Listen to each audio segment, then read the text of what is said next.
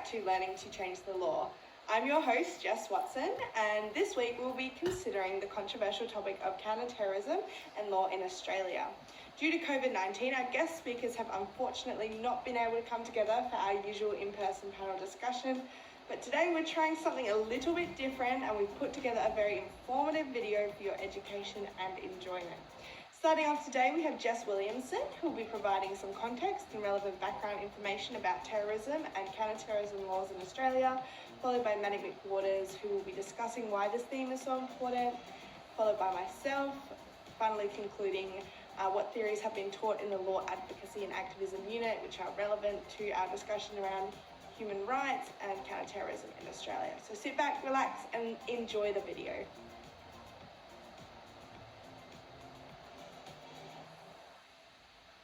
Thanks, Jess. Since the September 11 attack of 2001 in the United States, the war on terror and the state of emergency that has ensued has become a fairly normal state of affairs for us. In response to this deadly attack, the United Nations Security Council passed Resolution 1373. This binding resolution placed an obligation on all members of the international community to denounce terrorism in all its forms and to introduce domestic measures to prevent terrorism occurring on home soil, as well as to stop acts that might facilitate terrorism overseas, such as the funding of terrorist groups. In response to Resolution 1373, the Australian government rapidly introduced new anti-terror laws, as was necessary given Australia didn't have any such specific laws prior to 9/11. Since then, often in response to deadly terrorist attacks across the globe, such as the London and Bali bombings, the Australian Parliament has partaken in what is commonly and appropriately termed the hyper-legislation of anti-terror law. Under the Howard government alone, from 2001 to 2007, the Federal Parliament enacted 48 new anti-terror laws. Many academics and civil society groups have criticised just how far Australia has gone in upholding its obligation to prevent terrorism.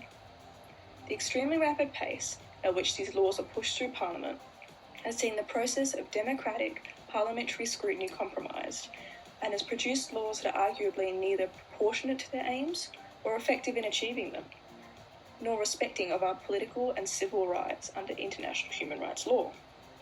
However, the language of war, urgency, and exceptional circumstances has allowed the government to quickly introduce laws that would not have been readily accepted by the public under any other circumstances, given their impact on our rights, or allowed to remain in force without revision for such a long time.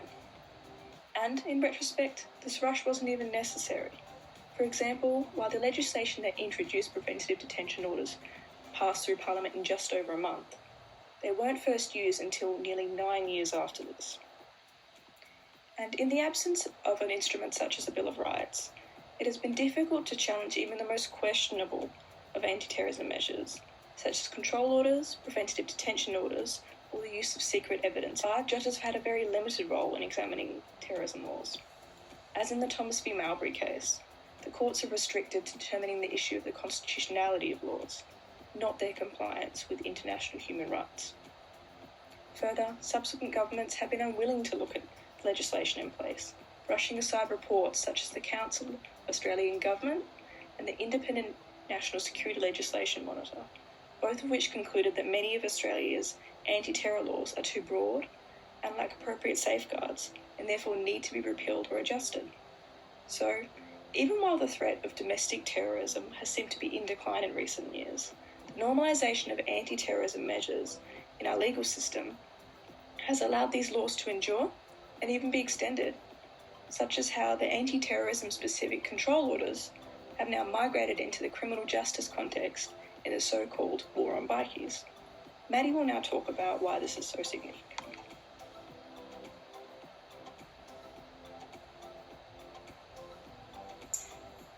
Thank you, Jess, for touching briefly on counter-terrorism in the context of the Australian legal system.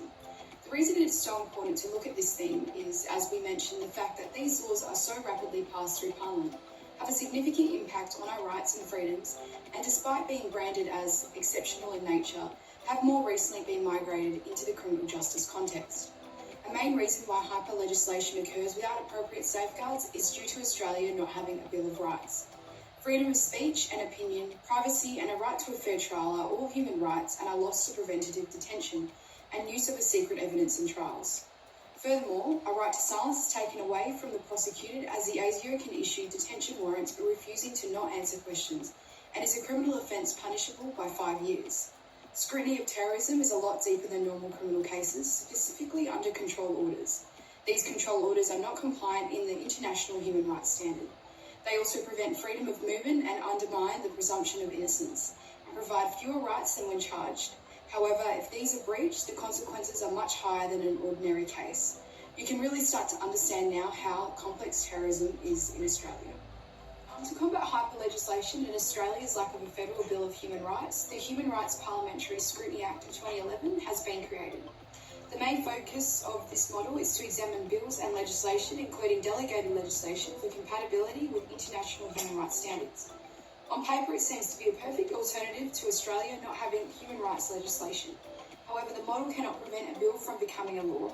The quality of scrutiny is often rushed in this context and has become a process of box ticking rather than a safeguarding measure. Particularly with the issue of statelessness, a consequence of strict terrorism laws, including the Australian Citizenship Amendment Act of 2015, that conflicts with Article 5 of the Universal Declaration of Human Rights. Having a person as stateless is both unethical and dangerous for future motivated attacks. More appropriate safeguards should be looked into to avoid the permanent state of emergency Australia has created for society. Sunset clauses are useful for checking rush laws, and extending sunset clauses past 10 years would force the Australian government to re-examine laws and act as a form of a safeguard before they expire. For example, the original control regime was supposed to expire in November 2015, but was extended by counter-terrorism legislation, the Foreign Fighters Bill 2014 to 2018, and extended again to 2021 by a subsequent piece of legislation. The major issue for Parliament is that it would be enacting strong laws largely in response to overseas events. Any possible threat to Australia is unknown and the responses are unfamiliar. While overseas measures may offer some suggested approaches, they must be placed in context. For example, the United Kingdom has a range of counter-terrorist laws, but those laws have a very specific context of the Northern Ireland enduring conflict. Comparative approaches by counter-terrorism are a relevant part of the debate in Australia, but so too is a measured appreciation of the specific threat to Australia posed by terrorism. A terrorism investigation into a crime is unique as it is a crime that has yet to occur. The purpose of legislation is preemptive and to stop terrorist attacks because they are dangerous in the fact that the motivation is extreme and radicalised. The current criminal justice model does not fit with the anti-terror preventative intelligence model. The criminal justice model is a post-crime evidence gathered about past events, whereas the preventative model is a pre-crime focus on future events. Terrorism is not motivated by money, unlike drug dealing, and the standard of evidence occurs at an earlier stage than it does for traditional crime, and the length of the investigation is complex and long. Another significant issue that warrants examination is the normalisation and migration of counter-terrorism laws in the criminal justice system. Within a year of Thomas v Mowbray giving the constitutional okay to control orders, the South Australian Parliament enacted the Serious Organisational Crime Control Act of 2008. This statute was created as an anti-bikie law and marketed as part of the state's efforts to combat outlaw motorcycle gangs. Each control order statute was supported by a tough on crime, war on bikies expression that emphasised the imminent threat posed by these groups. Increased reliance on secret evidence has been identified as an inevitable consequence of the intelligence-led approach adopted by Australia to meeting the threat of transnational terrorism following 9/11. A domestic anti-terror policy with both vertical and horizontal migration of anti-terror laws has occurred in Australia with the normalisation of the anti-terror policies. As a result, there are now a serious organised crime control orders in all but the ACT and Tasmania, and Victoria is the only jurisdiction to enact control orders provisions and be subject to a human rights charter. This contains additional protections in the form of a special counsel to assist the respondent in respect of the criminal intelligence applications. Other states should look to have a similar model. Interagency cooperation, in particular between state, federal, police and ASIO, is vital to continue to combat terrorism in an effective way. Prior to 9/11, there was no interaction or link between police and intelligence agencies. The process of consultation to collaboration is working well with room to improve. Police language is different to ASIO and does not contain the same meaning. So if the police say they're going to perform a search warrant, in an ASIO context that can allude to a very different interpretation. But unless you take the time to actually build that level of understanding, these relationships won't be more integrated.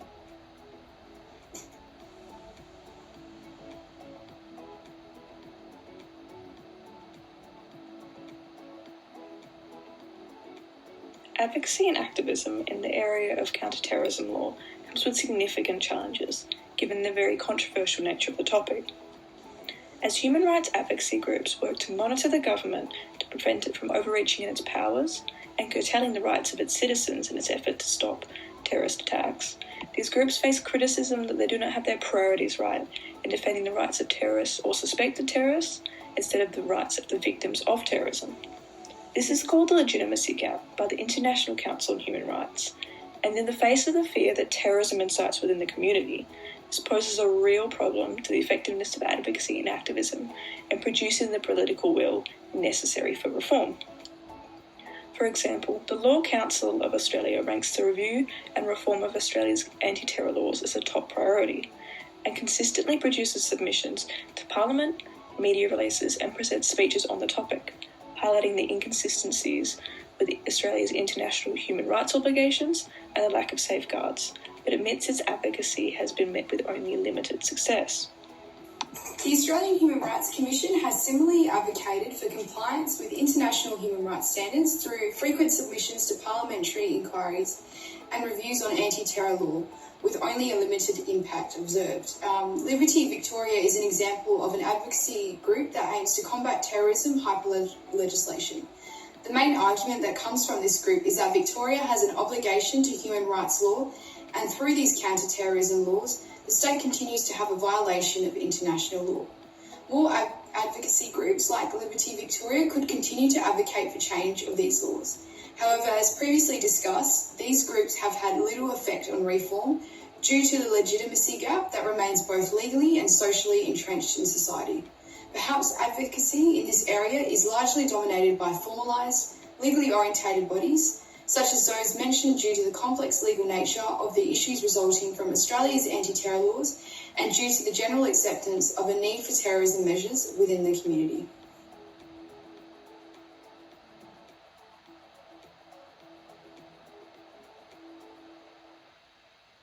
The Law Advocacy, Activism and Change Unit at the University of Western Australia touches on the key theories of human rights, utilitarian theory, natural law theory and natural rights theory, which can be used to further explain and understand Australia's current counter-terrorism laws and attitude towards national security and human rights. To begin, what are human rights? Well, according to the Australian Human Rights Commission, human rights recognise the inherent value of each person, regardless of background, where we live, what we look like, what we think, or even what we believe. They are based on principles of dignity, equality, and mutual respect, which are shared across cultures, religions, and philosophies. They're about being treated fairly, treating others fairly, and having the ability to make genuine choices in our daily lives. The Universal Declaration of Human Rights, first adopted by the United Nations in 1948, sets out the basic rights and freedoms which should apply to all people. The Australian Government has agreed to uphold and respect many of these human rights treaties, for example, including the International Covenant on Civil and Political Rights. It is the Australian Human Rights Commission's responsibility to monitor Australia's performance in meeting its international human rights commitments.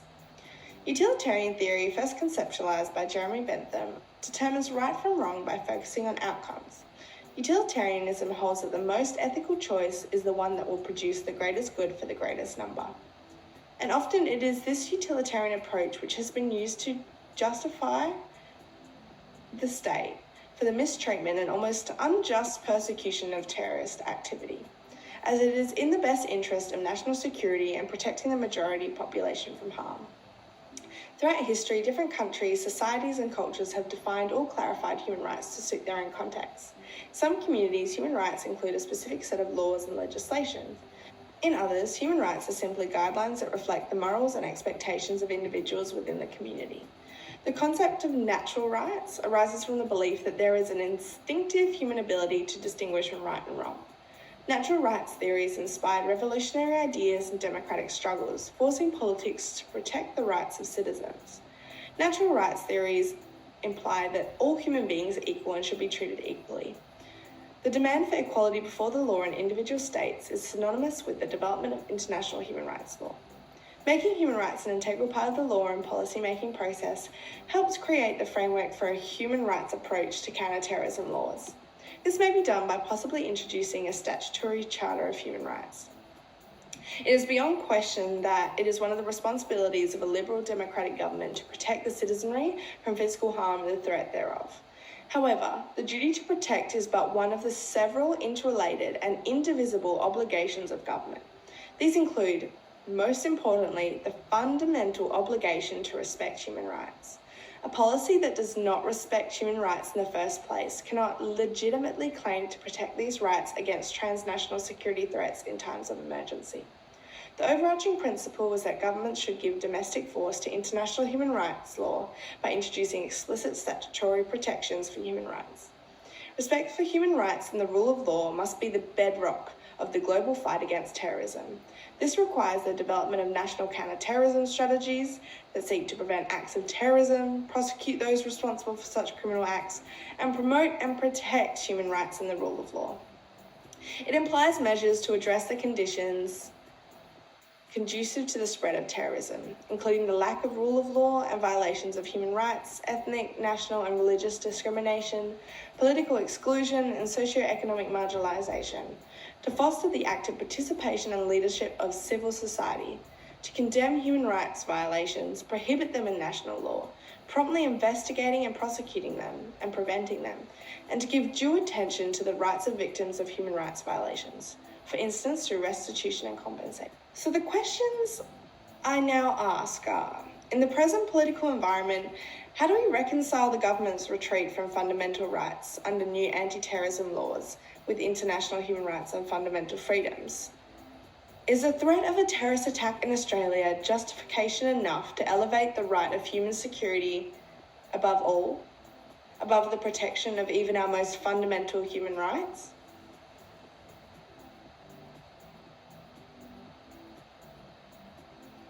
As mentioned, terrorism is a highly emotive topic. Because of this, the reform of anti-terrorism law will need significant political will to be achieved. Considering these factors, we would recommend that advocacy and activism groups focus on the framing of their arguments for reform to be achieved more successfully in this area, especially taking into consideration the public's perceptions of terrorism. For example, the submission made by Prosecute Don't Perpetrate to the Joint Parliamentary Committee on Intelligence and Security for the review of citizenship deprivation legislation highlighted how such a measure is detrimental to the victims of war crimes perpetuated by terrorists, as the cessation of citizenship also relieves the Australian government of its obligation to investigate these crimes perpetuated by Australian citizens on foreign soil.